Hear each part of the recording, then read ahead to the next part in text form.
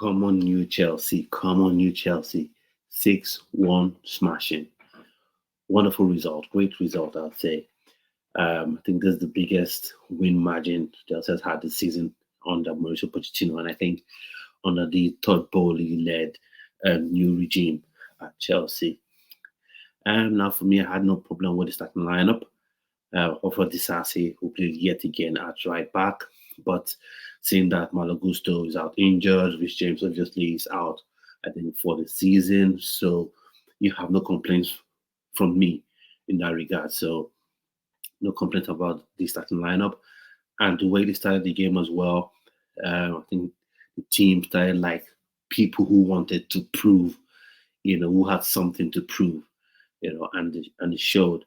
And I think by 30, 35 minutes, the game was over, as a contest. It was 4 nil ahead, and the game was over. And, you know, from the Middlesbrough perspective, this is what I complain about as well. You keep playing out from the back. You see yourself, losing balls. You see goals being scored against your team because you're playing out from the back. Needlessly, I might add, and you make mistakes. The opposition team, Chelsea in this case, which for me, I have no complaints, but that's what I think is wrong with modern day football right now. People are getting mugged at the back as opposed to playing out from the back. So for me, no complaints, but I'm sure the Middlesbrough fans will be putting out their hairs right now. So 4 nil, and then second half sort of was pitching out a bit because it seemed like the momentum sort of dropped, but Palmer got his goal, and then Noni Madueke got his goal as well. So 6-1 and then you just know this team wouldn't be able to keep a clean sheet. And then Rogers, which reportedly is or was a target for Aston Villa, got a consolation goal for Middlesbrough. Not too much complaints from me. 6-1 performance, 6-1 win, 6-1 drubbing, 6-1 spanking of Middlesbrough, showing them who the big boys are in the tie. Wonderful for me. Completely love that. Not nitpicking, but just mentioning because Alfred Gilchrist coming on, I would have been happy to see him come on and play as a centre back, but he came on to play as a right back, and Disasi moving up to the other side. So we have left backs in the academy. So if you feel like, people are injured or the first team fullbacks are injured, you can go to the academy. Dylan Williams is there. Zach Sturge is there. You have other natural academy Cobham sort of products who are actual fullbacks that should have played there. That's not a complaint, but it's just something I have to say because when you win 6-1, you don't really have that much to complain about. So for me, very good performance. And I say again, for this particular game, seeing that the fullbacks and the right fullbacks are out, Malagusto and Rich James are out for this game, I wouldn't hold Pochettino too accountable for that. But what I'm hoping for is in the next game, the moment Malagusto is available, he plays out there. And Palmer played in his favorite position as well, at the 10 role. Enzo Fernandez played the 4 or the 6 role, depending on where you are, in the blind playmaker role in front of the defense alongside Caicedo. You saw the difference. You saw how he was controlling the game. And Palmer in the 10, you saw how he played. Look at how he played. Got his 2 goals. Could have, and then got an assist as well. Could have even got some. If could have got an assist as well, another assist as well, if Disasi didn't miss that chance. But fair dues to Disasi, he got his goal. He had scored a goal earlier in the game in the first half. So you see players play in their natural position and you're reaping the rewards of it. And why I'm not celebrating too much with respect to, of course, I'm celebrating the result, but I'm not seeing this as a dawn of, or as the dawn of Pochettino's reawakening, of sort of his learning from his mistakes and he's actually identifying the right style of play or right formation, right selection of players. because we've seen this before. We saw this against Arsenal. We saw this against, I think, Man City as well, where the team was a very good selection.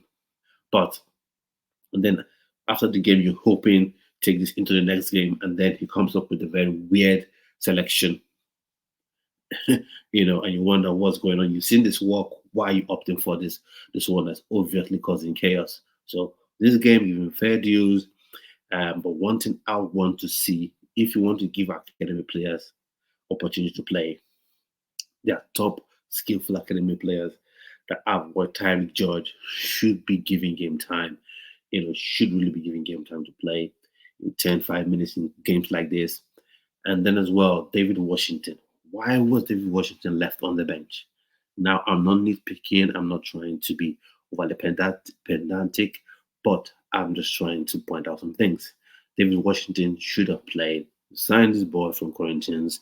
He's a rising star. I don't want him to be another sort of Piazon again, where you sign this very prodigious talent from Brazil or South America or other parts of the world, and they don't get to play, even when you have every opportunity to play them, because the game was over, like I said, in the first half, and you had the opportunity to get someone like David Washington on even with 10 minutes to go, but he didn't come on. So that's a few things I think I should pick out. And then as well, one thing again before I end the video is this team shouldn't be dropping its momentum. You don't take your feet off the gas. You don't take your foot off the gas. Once you have your foot on the throat of an opposition team, you keep it right there. Because it seemed at some point in the second half, and the performance level, the pressure level sort of petered off, which is sort of understandable in some regard, but you don't want to let your guard down too much. So happy days, wonderful win, have no complaints to make whatsoever. I just identify those things because I think that should be in place coming next game, and hopefully going into the game versus Aston Villa, the FA Cup game, we see a similar type of lineup coming up against Aston Villa, and Aston Villa are way better team than Middlesbrough, and will punish any sort of mistake and will take advantage of any sort of loophole, any sort of weakness in the team. So a similar, I'm not saying the exact type of lineup, but a similar lineup where you have everybody playing in their natural best and most favored position. That's what I want to see going to the Aston Villa game, and that's what going to the Liverpool game. And I've said this before again after the Man City game, where I said hopefully this is a turn for the better to rebuild momentum off the back of this, off the back of that performance against Man City. I'm saying that again, hopefully praying to the gods above, that this is the start of something new, and the team and Pochettino can build on this, use this as the sort of momentum the team needs, and builds on this, and not peter off into oblivion. So let me know your personal opinion on this game, or you think the best performance were. For me, Cole Palmer was the best performer into this game, and rightly so. He was named the man of the match for the game. Let me know who you think who your man of the match is in the comment section below, and please also like, subscribe, and share this video and this channel to people you know, so they don't miss out. Click on the notification bell as well, so each time I post a video, you'll be notified and you can come and join me on here. For this point, I've come to the end of today's video. Do have a splendid rest of your day. Have a good night's rest, and come and beat Chelsea.